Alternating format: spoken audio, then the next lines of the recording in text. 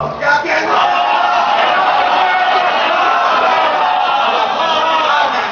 لیے چاروں طرف شاہراہ کے لوگ کھڑے ہوئے تھے، تلواریں لیے ہوئے، نیزے لیے ہوئے.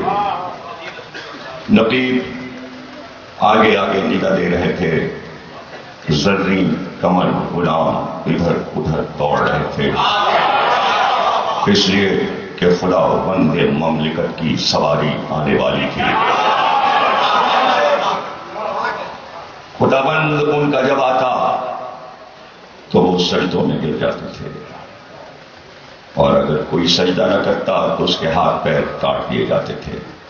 یہ عراق کا دارالحکومت بابل تھا، اور سواری جس کی آ رہی تھی وہ دنیا کا سب سے بڑا بادشاہ نمرود تھا. اپنے رتھ پر بیٹھا ہوا شاہراہ سے گزر کر اپنے محل کی جانب جا رہا تھا. محل تھا کہ بلند و بالا دیواریں کسی عظیم الشان قلعے کی یاد دلاتی تھی. ایسے میں شور ہوا، باجے بجنے لگے اور نمرود کی سواری قریب آ گئی. تمام لوگ سجدہ ریز ہو گئے اور خدا خدا کہہ کر آوازیں دینے لگے. جو لوگ اکڑے کھڑے تھے ان کے سر قلم کر دیے گئے، ان کے ہاتھ پیر کاٹ دیے گئے. دنیا کا سب سے ظالم بادشاہ نمرود تھا. بات ہے آج سے 5000 برس پہلے کی. ہمیں پتہ بھی نہ چلتا ان باتوں کا، لیکن آج سے کچھ برس پہلے عراق کی اس سرزمین نینوا پر ایک یہودی امریکن ہیملیٹ نے کھدائی کروا کے بتایا کہ بابل و نینوا کی تہذیب یہاں دفن ہے.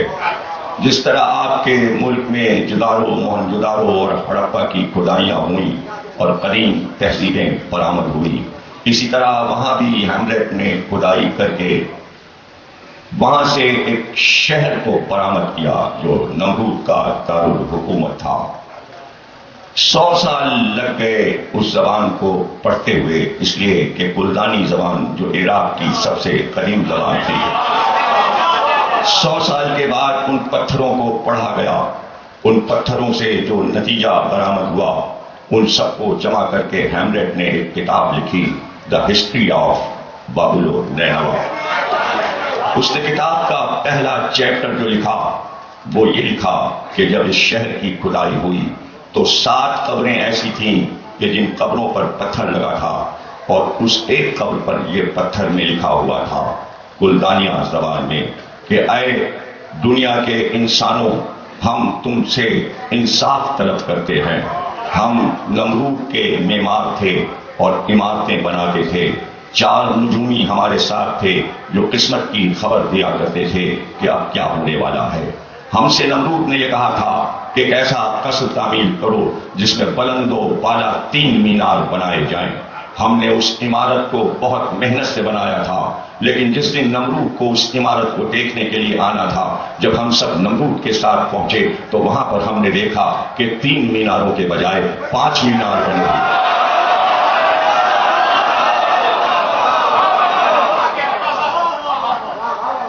حکم دیا نمرود نے کہ جب 3 مینار کہے تھے تو 5 کیوں بنے. ہم سب رات بھر تہخانے میں بیٹھ کر سوچتے رہے کہ یہ کیا ہوا. عمارت دوبارہ گرا دی گئی اور پھر سے تعمیر ہوئی، اور ہم نے 3 بڑے بڑے مینار تعمیر کیے، لیکن جب نمرود اسے دیکھنے آیا تو پھر وہی 5 مینار تھے. اور پھر نمرود نے حکم دیا کہ ان نجومیوں کو اور ان 3 انجینئروں کو ہاتھ پیر قطع کر کے زندہ گاڑ دیا جائے، اس لیے کہ انہوں نے حکم کی سرتابی کی ہے. لیکن ہمیں پتہ چل چکا تھا کہ اس کا راز کیا تھا، اور راز ہم کو نجومیوں نے بتایا تھا، اور انہوں نے کہا تھا کہ آج سے 5000 برس کے بعد اسی سرزمین عراق و عرب میں 5 ہستیاں ایسی آئیں گی جن سے اللہ کا مذہب پوری کائنات میں پھیل جائے گا. یہ 5 مینار پنجتن کے نام کے ہیں. تو انہوں نے آخری سطر لکھی تھی جو آپ کے نام ہے. ڈاکٹر ہیملیٹ لکھتا ہے کہ انہوں نے یہ لکھا تھا، اے پنجتن کے چاہنے والوں، یہ بتانا کہ ہماری خطا کیا تھی.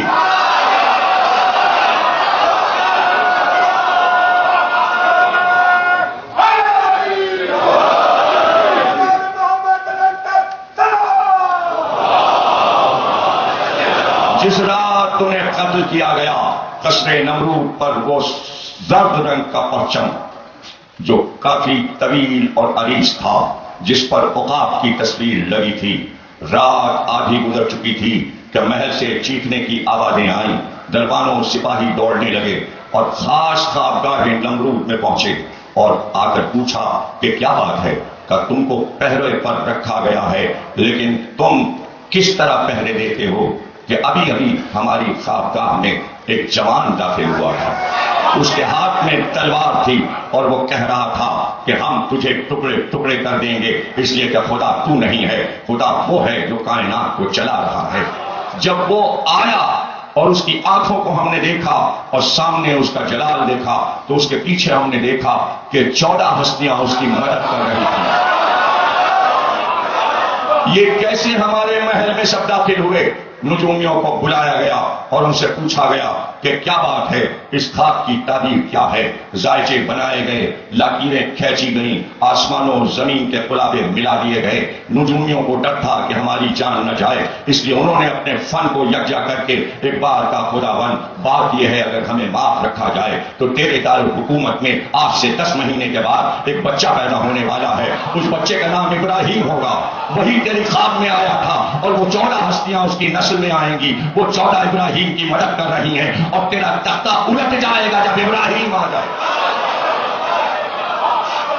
ایک بار حکم دیا نمرود نے عورت اور مرد الگ الگ کر دیے جائیں، دارالحکومت میں جو بچہ ہو اس کا گلا کاٹ دیا جائے، مردوں کو الگ بسایا جائے، عورتوں کو الگ بسایا جائے۔ لیکن یہ ساری کوششوں کے باوجود 10 مہینے نہیں گزرے تھے کہ بار وہ پرچم نمرود کا چاک ہو کر زمین پر گرا، قصر کانپنے لگا۔ نجومیوں کو پھر بلایا گیا اور ایک بار نجومیوں نے ذائچہ دیکھ کر کہا جس کا خطرہ تھا وہی ہو گیا۔ کہا کیا ہوا؟ کہ بچہ آ چکا، کہ اسے تلاش کیا جائے۔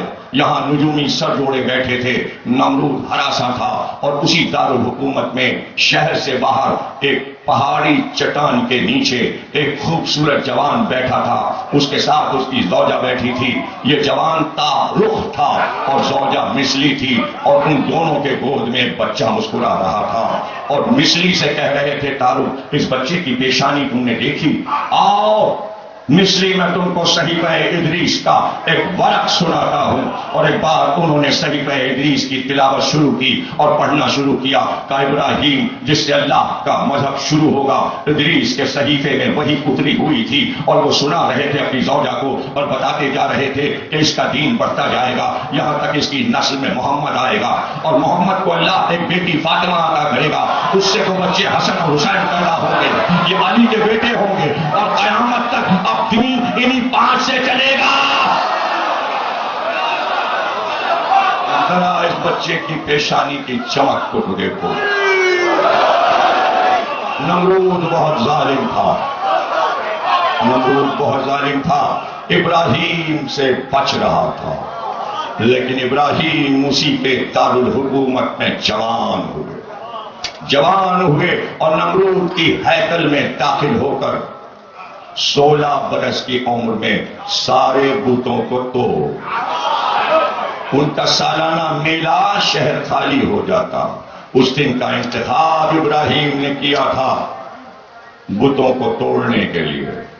ایک بت چھوڑ دیا جو سب سے بڑا تھا، اسے نہیں توڑا، اور وہ ہتھوڑا جس سے بتوں کو توڑا تھا اس کے گلے میں لٹکا دیا، اور بھاگے نہیں، وہیں ٹہلتے رہے۔ جب سب اپنے میلے سے واپس آئے تو بت چکنا چور تھے، ٹوٹے پڑے تھے۔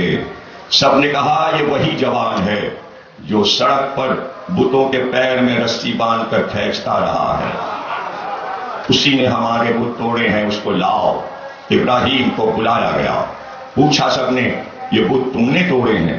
کہ نہیں، اس نے توڑے، جس کے پاس توڑنے کا ہتھیار ہے اس نے توڑے ہیں، یہ بڑا والا بت جو ہے اس نے توڑے۔ سب نے کہا یہ تو اپنی جگہ سے ہل نہیں سکتا، یہ بول نہیں سکتا، یہ کیسے بت توڑ سکتا ہے؟ کہ جو ہل نہیں سکتا، بول نہیں سکتا، جو بے جان ہے، کچھ کر نہیں سکتا، اس کو خدا کیوں کہتے ہو؟ اب ابراہیم کی پوری زندگی قرآن میں پڑھتے چلے جائیے، پوری عمر گزری ہے مناظروں میں. ہم سے کہا جاتا ہے مناظرہ نہ پڑھا کرو، دل آزادی ہوتی ہے. نمرود سے کہا گیا اس کی سزا کا اعلان کرو. نمرود نے دربار میں بیٹھ کر فیصلہ کیا اور کہا اس کو آگ میں جلا دو. اس نے معبد کی ہیکل کے بتوں کی توہین کی ہے، اس لیے اس کو آگ میں جلا دو. آگ روشن کرو، اس کے بچنے کی امید نہ ہو، آگ میں اس کو چھوڑ دو، اس کو پھینک دو. آگ جلائی گئی. پورے شہر نے منت مانی کہ ہمارا یہ کام ہوگا تو 1 من لکڑی چڑھائیں گے. آگ جلتی رہی، اتنی بلند ہوئی، شعلے اتنے اٹھے کہ اوپر سے پرندہ بھی گزرتا تو جل جاتا تھا، آگ میں گر جاتا تھا.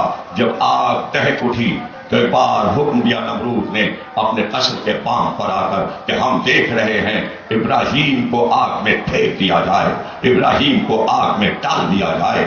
لیکن پریشانی یہ تھی کہ آنچ اتنی تیز تھی، شعلے زبانیں اتنے تیز تھے کہ جو قریب جاتا جھلس جاتا.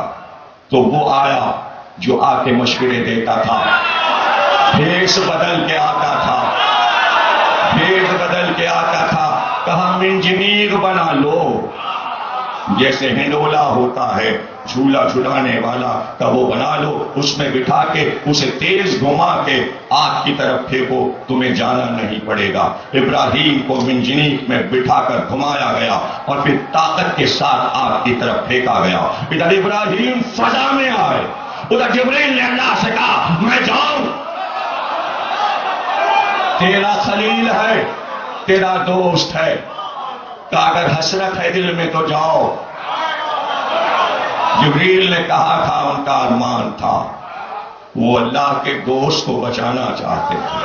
اللہ نے کہا جاؤ. فضا میں تیز آئے جبریل پرواز کرتے ہوئے اور فضا میں ابھی تھے ابراہیم. کیا کہ سلام کیا کہ یا نبی اللہ مدد درکار ہے. کہاں درکار ہے مگر تم سے نہیں،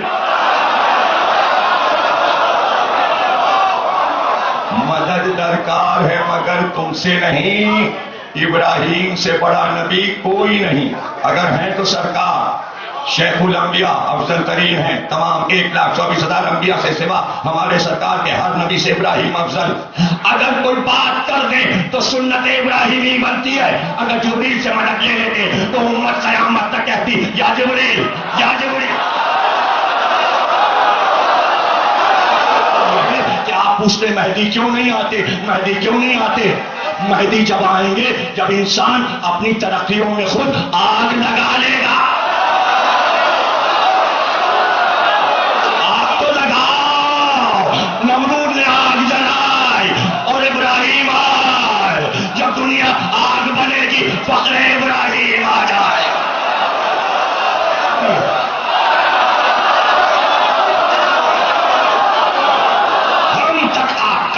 ہے اس لیے کہ ابراہیم آگ میں چلے، جیسے ہی قدم آگ پر پہنچے تھے کہ وہ شعلے پھول بنے، چنگاریاں کلیاں بنی، چٹکتا ہوا ایک گلستان کھلا اور اس گلستان میں ایک تخت تھا. تخت پہ ابراہیم تھے. اب جو نمرود نے دیکھا آگ نہیں تھی، باغ تھا، باغ میں ابراہیم تھے. ابراہیم تخت پہ بیٹھے، پہلو میں ایک جوان مسکرا رہا تھا.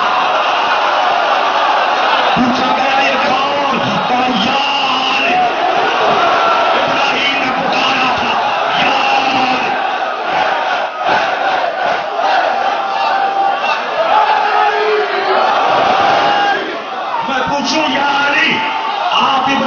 بچانے کیوں آئے؟ اللہ بچا لیتا. آپ کیوں آئے؟ تو علی جواب دیں گے تمہیں نہیں معلوم. جب وہ آگ سے بچ گئے تو آیت کیا آئی؟ اللہ نے کہا وَإِنَّ مِن شِيَعَتِهِ لَإِبْرَاهِيمَ. ابراہیم شیعہ تھا.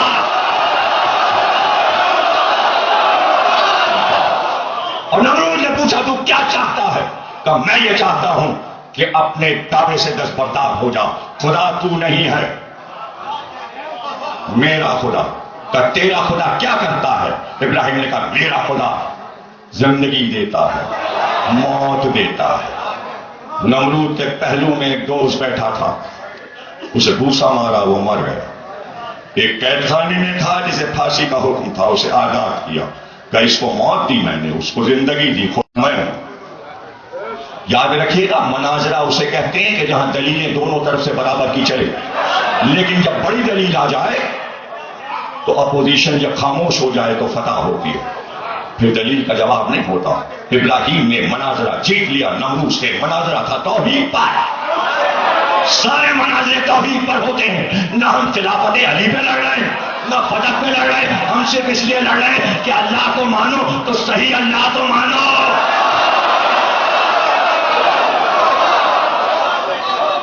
دلیل قائم کی ابراہیم نے کہ ہمارا رب مشرق سے آفتاب نکالتا ہے، مشرق سے آفتاب نکالتا ہے، اگر تو رب ہے تو مغرب سے نکال کے دکھا۔ کہتے یہ سن کر نمرود کی بات، ابراہیم کی بات سن کر نمرود بغلیں جھانکنے لگا۔ یہ قرآن کے الفاظ ہیں۔ مناظرے کی فتح یہ ہے کہ دشمن بغلیں جھانکنے لگے، گھبرا جائے اور جواب نہ ہو۔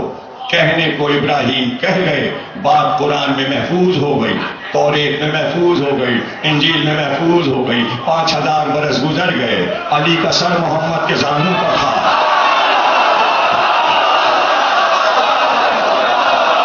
کالی نماز کا آپ پر وہی آ رہی تھی کہ آپ کے سر کو زمین پہ رکھ دیتا۔ کہاں سمجھے آپ؟ آفتاب اگر ڈوب رہا ہے تو ڈوبے، محمد کا سر آفتاب سے بلند ہے۔ میں کیسے آپ کے سر کو زانوں سے ہٹاتا؟ تو محمد کو کہنا چاہیے تھا علی میں ابھی آفتاب کو بلاتا ہوں، بلکہ یہ کہا علی اٹھو اور آفتاب سے کہو واپس